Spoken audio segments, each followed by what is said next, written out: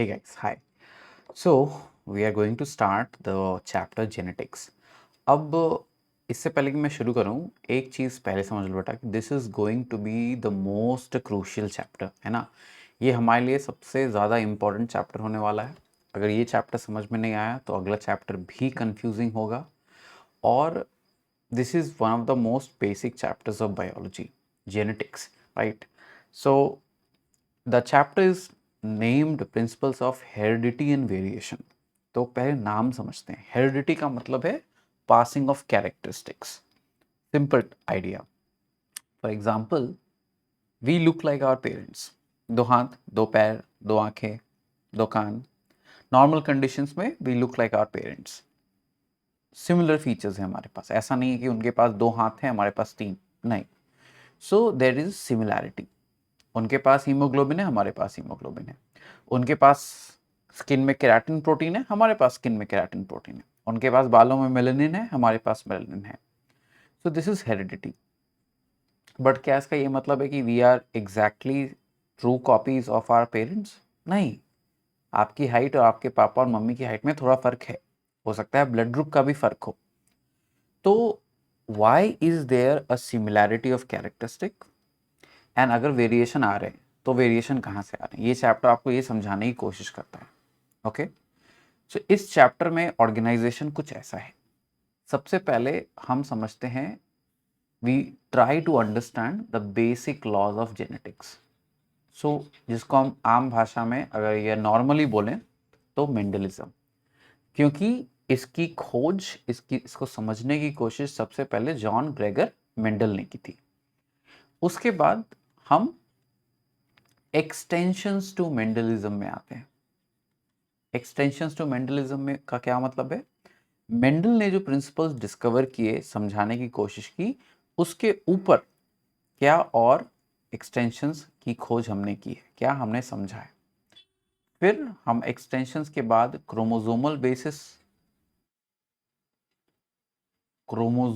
Basis of inheritance को समझेंगे कि मेंडल ने तो ऊपर ऊपर बात की थी। अगर सेल हम सभी जाइगोट से आए, तो जाइगोट में ऐसा क्या पास हुआ था जिसके वजह से there is heredity and there is variation. तो क्रोमोजोमली हम मेंडलिज्म को कैसे जस्टिफाई करेंगे? ये बेसिकली रिडक्शनिस्ट अप्रोच है ना, कि हमने पहले ऊपर ऊपर देखा, फिर उसके सेल्यूलर तरीकों को समझने की कोशिश की। यही होता है रिडक्शनिज्म, जो आपको 11th की एनसीईआरटी समझाती थी पहले।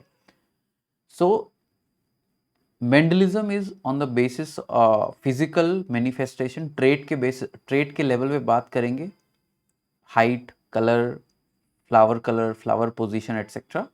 फिर उससे एक लेवल नीचे सेल और क्रोमोसोम पे जाएंगे।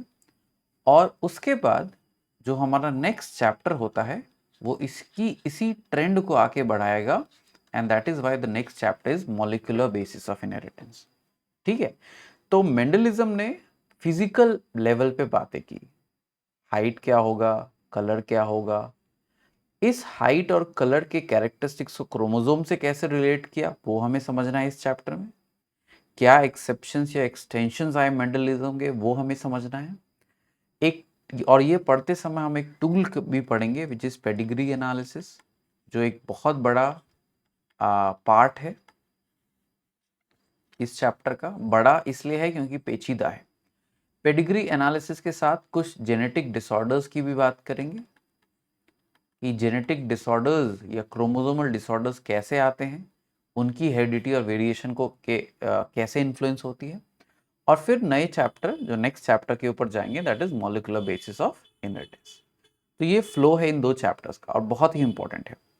नाउ बिफोर डीप में जाने से पहले अच्छा होगा कि अगर आप सेल डिवीजन को एक बार एटलीस्ट पढ़ लें, बायोमोलिक्यूल चैप्टर को एटलीस्ट पढ़ लें, या एटलीस्ट पढ़ना तो शुरू तो कर ही दो बेटा। क्योंकि अगर बायोमोलिक्यूल क्लियर नहीं है तो कहीं ना कहीं पे तो फंसोगे। ठीक है, डीएनए में फंसोगे, प्रोटीन में फंसोगे। कुछ चीज़ों को मैं रिपीट ऑफ कोर्स कर दूंगा, सेल डिवीजन जहाँ जैसे काम आएगा वहाँ मैं रिपीट कर दूंगा। बट इसेंशियली बेहतर होगा अगर आप cell chapter, cell division chapter और बायोमोलिक्यूल्स चैप्टर, इन दो चीज़ों को पढ़ लें। ठीक है, चलो। Now that we have introduced the chapter, let us try to talk about Mendel. अब मेंडल समझने के पहले, मेंडल को एग्जैक्टली समझने के पहले we have to talk about something, एक एनालॉजी, एक कहानी, जिससे हमें मेंडलिज्म और मेंडल क्या सॉल्व करने की कोशिश कर रहे हैं वो समझने का समय मिलेगा। ठीक है, सो ये कहानी क्या है? कहानी है to understand some of the very basic terms. ठीक है, ये बेसिक टर्म्स क्या हो सकते हैं? ये बेसिक टर्म्स हैं gene versus allele, character versus trait, homozygous versus heterozygous. ये 3 सेट ऑफ टर्म्स हैं जो आपको अभी के अभी समझ लेना है।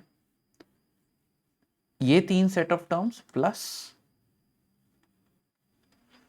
Chromosome and DNA.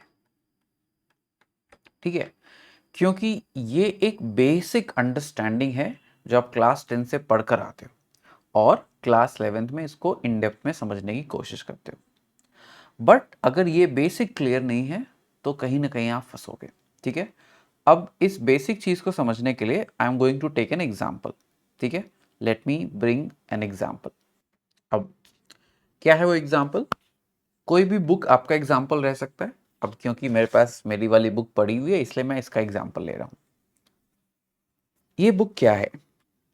बेसिकली कोई भी किताब क्या होती है, इस किसी भी किताब में कई सारी चीजें लिखी होती है, बट इसेंशियली कोई भी किताब इज जस्ट इंफॉर्मेशन। ठीक है, एनी बुक इज इंफॉर्मेशन। मान लीजिए इस बुक में, this is 11th NCERT mapped, मान लेते हैं this book is containing a lot of information about kidneys, about heart, about lungs.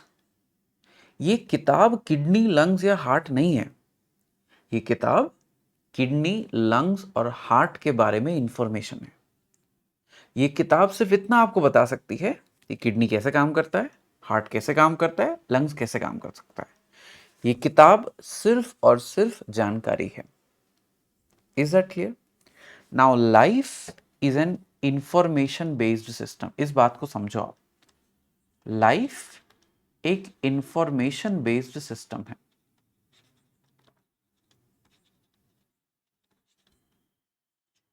जब लिविंग थिंग्स रिप्रोड्यूस करते हैं वो कंप्लीट सेटअप को पास नहीं करते, वो बस सेटअप को बनाने की जानकारी पास करते हैं।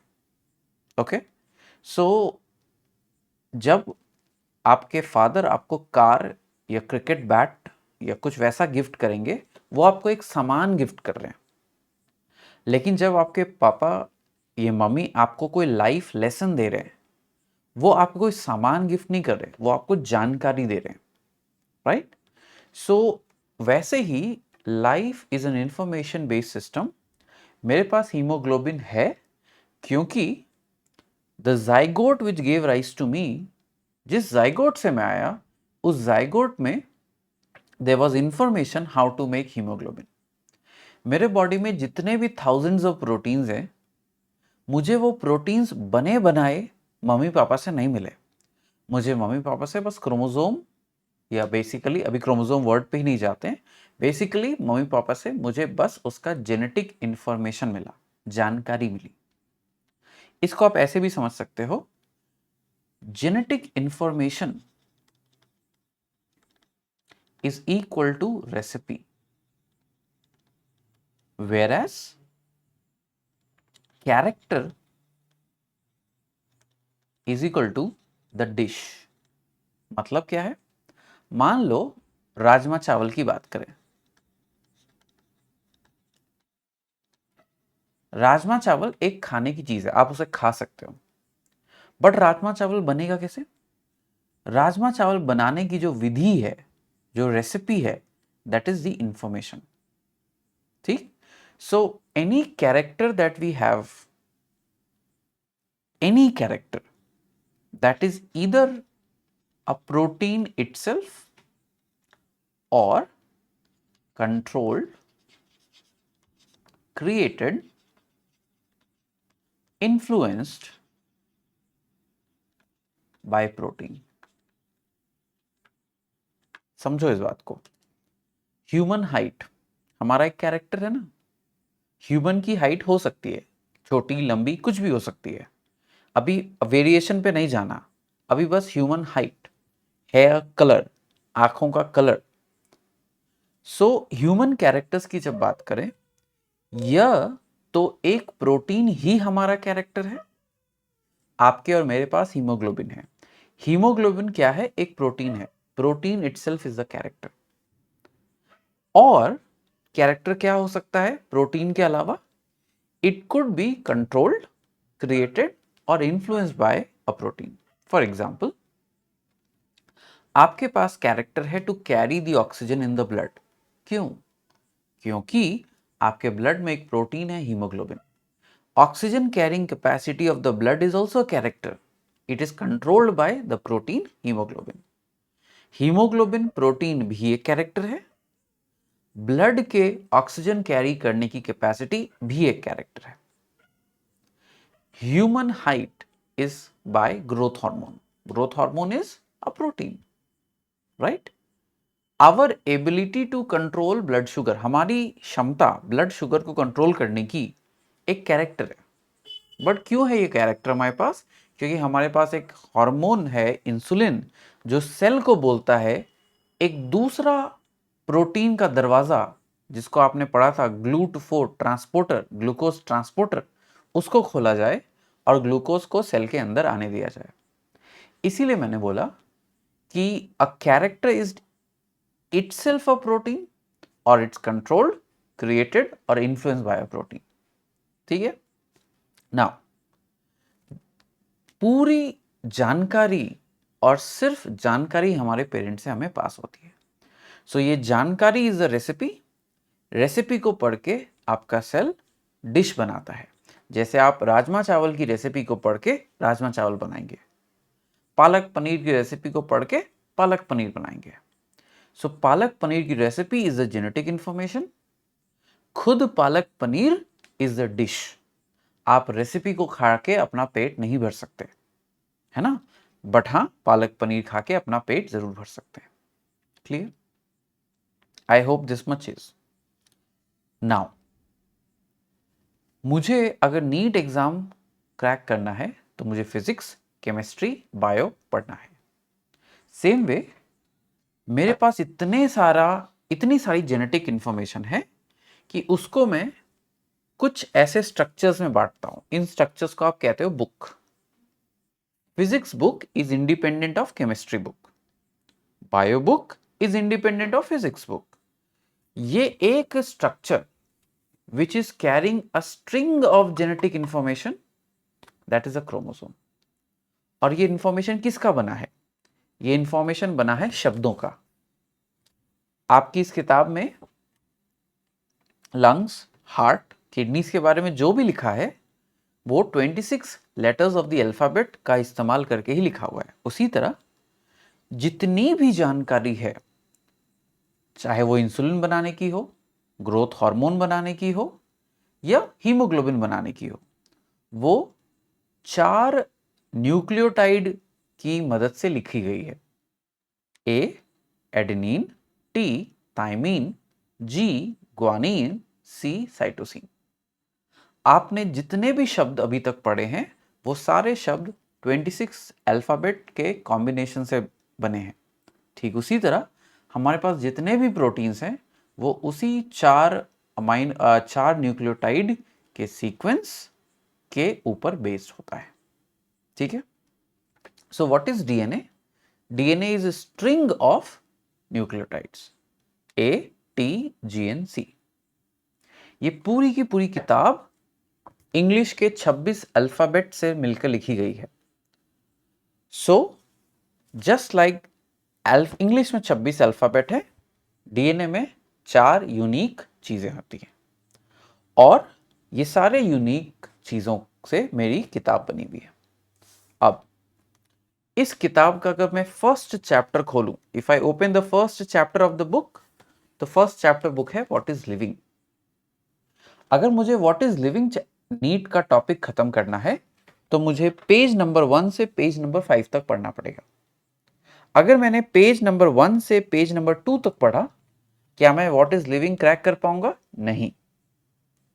अगर मुझे हार्ट पढ़ना है तो मुझे पेज नंबर 164 से 172 तक पढ़ना होगा। अगर मैंने 164 से 167 तक पढ़ा तो क्या मुझे हार्ट समझ में आ जाएगा? नहीं। ठीक उसी तरह जैसे अगर आपको पालक पनीर बनाना है और आपके पास एक रेसिपी बुक है, if you have a recipe book, इस रेसिपी बुक में हो सकते हैं 100 रेसिपीज हो, बट इस 100 रेसिपीज का recipe number 1 page number 1 to 5 है। अगर आपने पालक पनीर की रेसिपी पेज नंबर 1 से शुरू होकर पेज नंबर 5 पे खत्म हो रही है और आपने सिर्फ पहले के 3 पेजेस पढ़े, तो क्या आप पालक पनीर बना पाओगे? नहीं। उसी तरह chromosome is the carrier of DNA. Chromosome, ये किताब जेनेटिक इंफॉर्मेशन का कैरियर है, जेनेटिक इंफॉर्मेशन से मिलकर बना है, बट जेनेटिक इंफॉर्मेशन को हमने चैप्टर्स में अरेंज कर दिया है। सो gene is the code, is the length of DNA. It is the length of DNA that codes for one character. किसी एक कैरेक्टर को कोड करने के लिए मुझे जितना पढ़ना पड़ेगा वो मेरा 1 जीन होगा। सो व्हाट इज लिविंग पढ़ने के लिए मुझे कितने लेटर्स पढ़ने पड़ेंगे? मुझे लेटर्स पेज नंबर 1 से लेकर पेज नंबर 5 तक पढ़ना पड़ेगा। सो पेज नंबर 1 से लेकर पेज नंबर 5 तक gene number 1 on chromosome number 1 है। ठीक, नाउ अलील क्या है और ट्रेट क्या है? So character is the dish, gene is the recipe. Character है आपका डिश, पालक पनीर, जीन क्या है? रेसिपी। अब मान लो, क्या पालक पनीर तरह बनाने के एक ही तरीके होते हैं? क्या आपने अभी तक सिर्फ एक ही तरह का डोसा खाया है? नहीं, आपने कई तरह के डोसे खाए हैं। सेट डोसा, बेने डोसा, मसाला डोसा, पनीर डोसा। डोसे को ही कई तरीके से बना सकते हैं और बनाने से थोड़ा फर्क पड़ जाता है स्वाद का। उसी तरह पीपी, पालक पनीर, 2 अलग स्टेट्स में अलग अलग बनेगा। मान लो हम एक बिहार पालक पनीर की बात करें और एक राजस्थान पालक पनीर की बात करें, 2 पालक पनीर की बात कर रहे हैं, तो 2 पालक पनीर 2 कैरेक्टर के फॉर्म्स हो गए। Alternative forms of a character is equal to trait. एक ही कैरेक्टर के एक से ज्यादा अगर फॉर्म है तो उसको कहते हैं ट्रेट। पालक पनीर के अगर एक से ज्यादा डिश है तो वो कहलाएगा 2 अलग अलग palak paneer.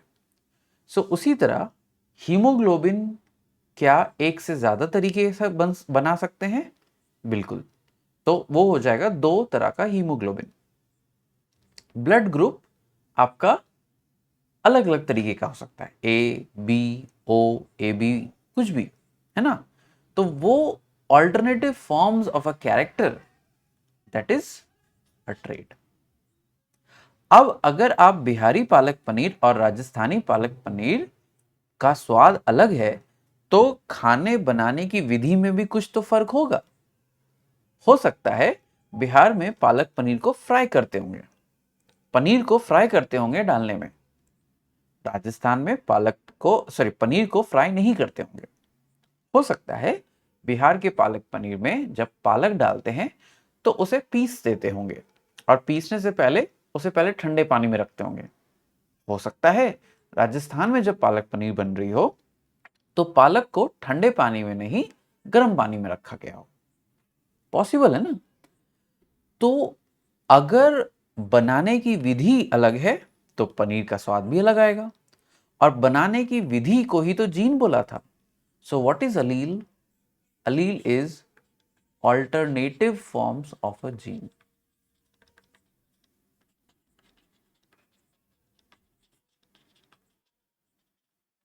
Alternative forms of a gene give rise to alternative forms of a character. And इसी alternative forms of character को क्या कहते हैं? Trait. So gene क्या है? रेसिपी है। रेसिपी को पढ़ के कैरेक्टर बनाएंगे। अलग अलग जीन के सेम जीन के अलग अलग कॉपीज हो सकते हैं, ऑल्टरनेटिव फॉर्म्स हो सकते हैं। अगर ऑल्टरनेटिव रेसिपी है तो अलग डिश भी बनेगी, उसी अलग फॉर्म को हम ट्रेट बोलेंगे। ठीक। जीन पूरा डिस्क्रीट है, आधा जीन कुछ नहीं होता। Page number 1 to page number 5 palak paneer है, तो आपको पेज नंबर 1 से पेज नंबर 5 पढ़ के पूरा करना पड़ेगा, तब जाके पालक पनीर बनेगा। अगर सिर्फ पेज नंबर 3 तक काम किया तो पालक पनीर नहीं बन सकता। ठीक।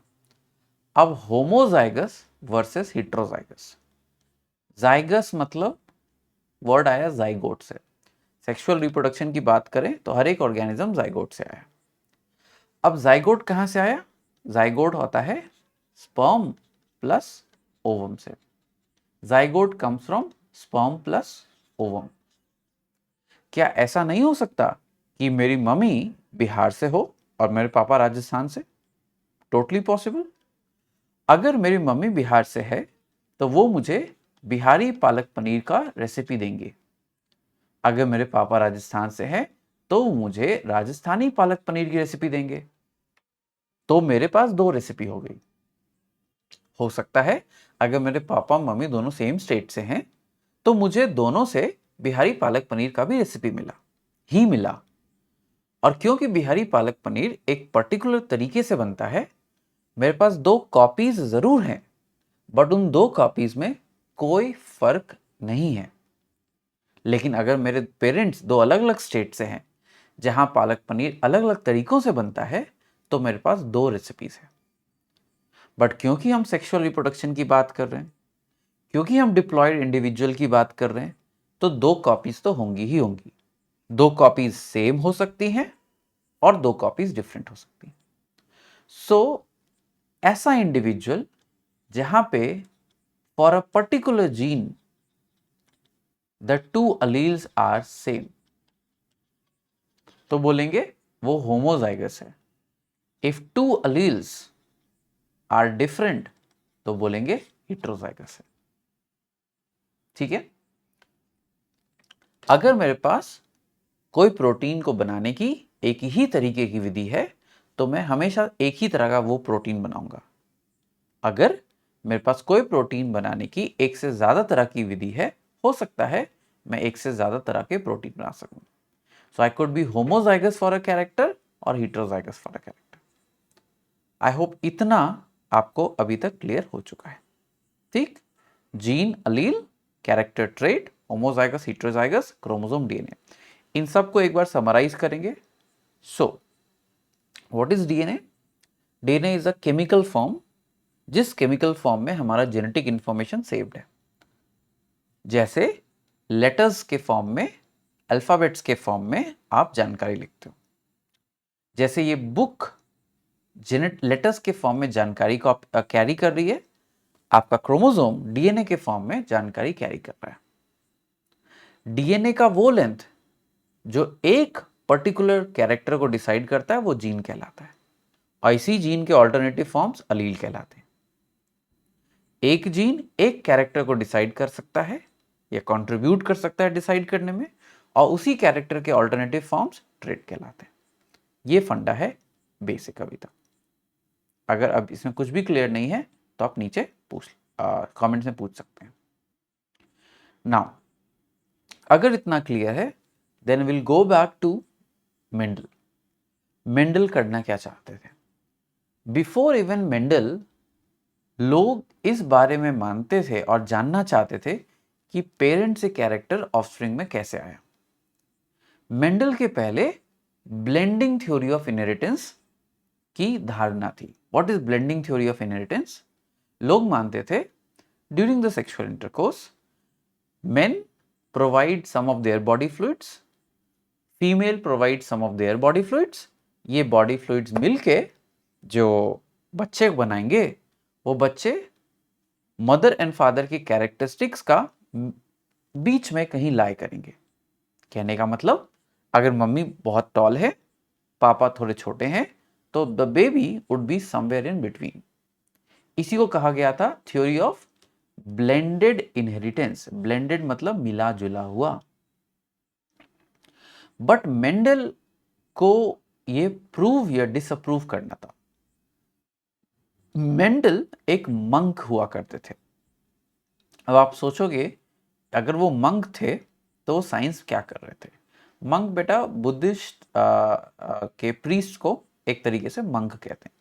उन्होंने संसार का सुख त्याग करके एक हायर ट्रूथ की खोज में वो मंक बन जाते हैं। उन दिनों टीचर्स बनने के लिए आपको मंक होना होता है।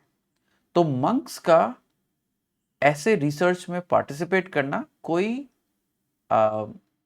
बहुत ही वियर्ड बात नहीं थी, बल्कि क्योंकि मंक्स टीचर्स हुआ करते थे तो many of them were scholars, philosophers और इवन रिसर्चर्स लाइक मेंडल। तो मेंडल जानना चाहते थे कि हेरिडिटी के क्या नियम है। ओके, तो जॉन ग्रेगर मेंडल ने पी प्लांट का चॉइस किया, पाइसम सटाइवम। तो मेंडल ने शुरुआत में क्या माना कि देखो देयर आर फैक्टर्स, कुछ तो फैक्टर्स है जो हमारी हेरिडिटी को डिसाइड करता है।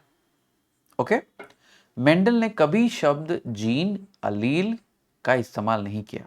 ये शब्द मेंडल के मरने के मेंडल के पेपर पब्लिश करने के 35 साल बाद 1900s में एक साइंटिस्ट थे जिनका नाम था जोहानसन, उन्होंने इसका इस्तेमाल किया। मेंडल कहते थे बस फैक्टर्स है, ये फैक्टर्स आगे पास ऑन होते होंगे और इन्हीं पास ऑन की वजह से कुछ ना कुछ कैरेक्टरिस्टिक्स हमें अपने मम्मी पापा से मिलते रहते हैं। So he believe that there are factors which give rise to trait. अब उन्हें अगर एक्सपेरिमेंट करना था और पता करना था कि ब्लेंडिंग हो रही है या नहीं, क्या ट्रेट्स मिलते भी हैं या नहीं, तो सबसे पहला काम था कि भाई प्योर ब्रीड्स खरीदो। अगर ट्रेट्स मिलते हैं तो फाइनल कैरेक्टरिस्टिक उन प्योर ब्रीड्स के बीच का आएगा। अगर ट्रेट्स नहीं मिलते तो कुछ ना कुछ फॉर्म ऑफ पेरेंट जरूर एंड तक रहेंगे। सो उन्होंने 2 साल लगा दिए 14 ट्रू ब्रीडिंग वैरायटीज क्रिएट करने के। अब ये ट्रू ब्रीडिंग वैरायटी का मतलब क्या है? अब यहां पे देखो थोड़ी सी पेचीदी चीज है। आप ये मान के चलो कि ये true breeding varieties what all the Mendel ने 7 कैरेक्टर्स को एग्जामिन किया था, ठीक है, सिर्फ 7। अब मेंडल को इन सिर्फ 7 का पता था, मेंडल सिर्फ इन 7 को देख सकते थे और समझ सकते थे। तो जब मैं एक ट्रू ब्रीडिंग वैरायटी बोल रहा हूं तो इसका यह मतलब नहीं है कि उसमें सिर्फ एक जीन को लेके डिफरेंस था। हो सकता है उसमें एक से ज्यादा जीन को लेके डिफरेंस हो, बट मेंडल सिर्फ उन 7 की ही पढ़ाई कर रहे थे। तो मेंडल का ने 2 वैरायटी ऐसे बनाई जिसमें बाकी चीजें सेम होंगी लेकिन एक किसी कैरेक्टर में डिफरेंस होगा। फॉर एग्जाम्पल, एक प्लांट बहुत लंबा होगा, एक प्लांट बहुत छोटा होगा, बीच का नहीं, लंबा या छोटा। उसमें बाकी 6 कैरेक्टर जो मेंडल पढ़ने वाले थे वो कांस्टेंट होंगे। हालांकि कुछ स्टेटमेंट्स ये भी बोलते हैं कि क्या बाकी 6 भी एटलीस्ट सेम थे भी या नहीं, आप मान के चल सकते हो कि वो सेम थे। सो मेंडल को 7 कैरेक्टर्स पढ़ने थे और आउट ऑफ दिस 7 कैरेक्टर उन्होंने 14 ट्रू ब्रीडिंग वैरायटीज बनाई। और ये ट्रू ब्रीडिंग वैरायटीज कुछ ऐसे थे कि उस कैरेक्टर को छोड़ के बाकी जो 6 कैरेक्टर हैं जो मेंडल आगे पढ़ने वाले हैं उनमें कोई बदलाव ना हो, ठीक है। So he spent 2 years selecting 14 true breeding varieties. सच थोड़ा कुछ और है बट हमें यही बोलना है, ओके। अब क्वेश्चन आता है कि मेंडल ने पी को ही चूज क्यों किया। वो किसी और चीज को भी तो इस्तेमाल कर सकते थे, घोड़े को, बनाना को, एप्पल को। अब इन्होंने पी का इस्तेमाल क्यों किया? सबसे पहले बिकॉज ये जो 7 कैरेक्टर मेंडल पढ़ने वाले थे, ये सातों कैरेक्टर एकदम एक दूसरे से काफी अलग होते थे और शायद ही उन्हें कभी कुछ बीच का मिलता था। तो प्लांट ये तो बहुत टॉल था, ये तो बहुत छोटा था। पॉड का कलर, फ्रूट का कलर ग्रीन या तो येलो हुआ करता था। तो ब्लेंडिंग कम दिख रही थी। तो इसलिए मेंडल ने सबसे पहले देखा कि भाई 7 कैरेक्टर इजीली डिस्टिंग्विश किए जा सकते हैं, तो चलो ऐसे ही करते हैं। और पी की लाइफ साइकिल बहुत शॉर्ट है, 1 साल में वो रिप्रोडक्शन शुरू कर देता है। दैट मीन्स उनको कई सारे जनरेशन देखने का फायदा होगा। मान लीजिए कि वो घोड़ों के ऊपर रिसर्च कर रहे होते, घोड़ों को एडल्ट बनने में काफी समय लग जाता है, तो उनके रिप्रोडक्शन को एक इंसान ही वॉच कर सके, इसके चांसेस भी कम थे। सो इसलिए मेंडल ने जब पी चुना तो वो सेवरल जनरेशन तक इवैल्यूएशन कर सकते थे। दूसरा, पी एक प्लांट है with bisexual plant flowers. Plant है तो ज्यादा मेहनत करने की जरूरत नहीं होती, बस पानी दो, थोड़ा सा फर्टिलाइजर या खाद देते रहो, कोई दिक्कत नहीं है, सब अच्छा है। एंड बिकॉज वो मोनास्ट्री में रहते थे, वो पढ़ाते थे, उनके पास एक बहुत बड़ा ग्रीन हाउस था। ग्रीन हाउस में एक शीशे का कमरा होता है बहुत बड़ा, जिसमें नेचुरल सनलाइट आती है और आप बाहर से कम चीजों को अंदर आने दो। सो मेंडल थोड़ा बहुत कंट्रोल भी कर सकते थे एनवायरनमेंट को by having this setup. So as it was a plant, it is very easy to cultivate. सिर्फ पानी दे दो, धूप दे दो, काम हो गया।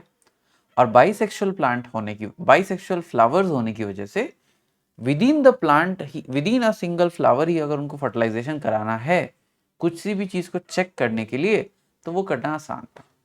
So it could be easily self, self मतलब उसी फ्लावर का पॉलन को उसी फ्लावर के पिस्टिल में ट्रांसफर कर देना। और क्रॉस्ड, क्रॉस का मतलब किसी दूसरे के साथ फर्टिलाइज कराना, as per the need and demand of the experiment. ठीक है, ये काफी एक्सटेंसिव क्रॉसेस भी कर सकते थे, रेसिप्रोकल क्रॉस भी कर सकते थे। अभी हम बहुत जल्दी देखेंगे क्या होता है रेसिप्रोकल क्रॉस। ठीक, एंड पी के कई सारे सीड्स मिलते थे। अब कई सारे सीड्स होने का एक मैथमेटिकल फायदा है। मैथमेटिकल फायदा क्या है कि आप अपने रिजल्ट को मैथमेटिकली वैलिडेट कर सकते हो कि आपका रिजल्ट कहीं चांस की वजह से तो कुछ नहीं हो गया। ये तब पॉसिबल होता है जब आपके पास बहुत सारे ऑफस्प्रिंग्स हो। मेंडल ने जब पी चूज किया, एक सिंगल मटर में, अगर आपने मटर कभी छीला हो तो 5-6 मटर तो आराम से मिल जाते हैं। सो साइंटिफिक वैलिडेशन करने का भी मौका मिला। Okay, now this is the reason for choosing pea. अगली क्लास में हम इसी चीज को आगे कैरी ऑन करेंगे, मेंडल के टर्म्स और एक्सपेरिमेंट्स को समझने की कोशिश करेंगे। ठीक है, हम इस चैप्टर में धीरे धीरे जा रहे हैं, बट आपको हर क्लास को रिवाइज करके आना पड़ेगा, वरना समझ में नहीं आएगा। ठीक है, टेक केयर।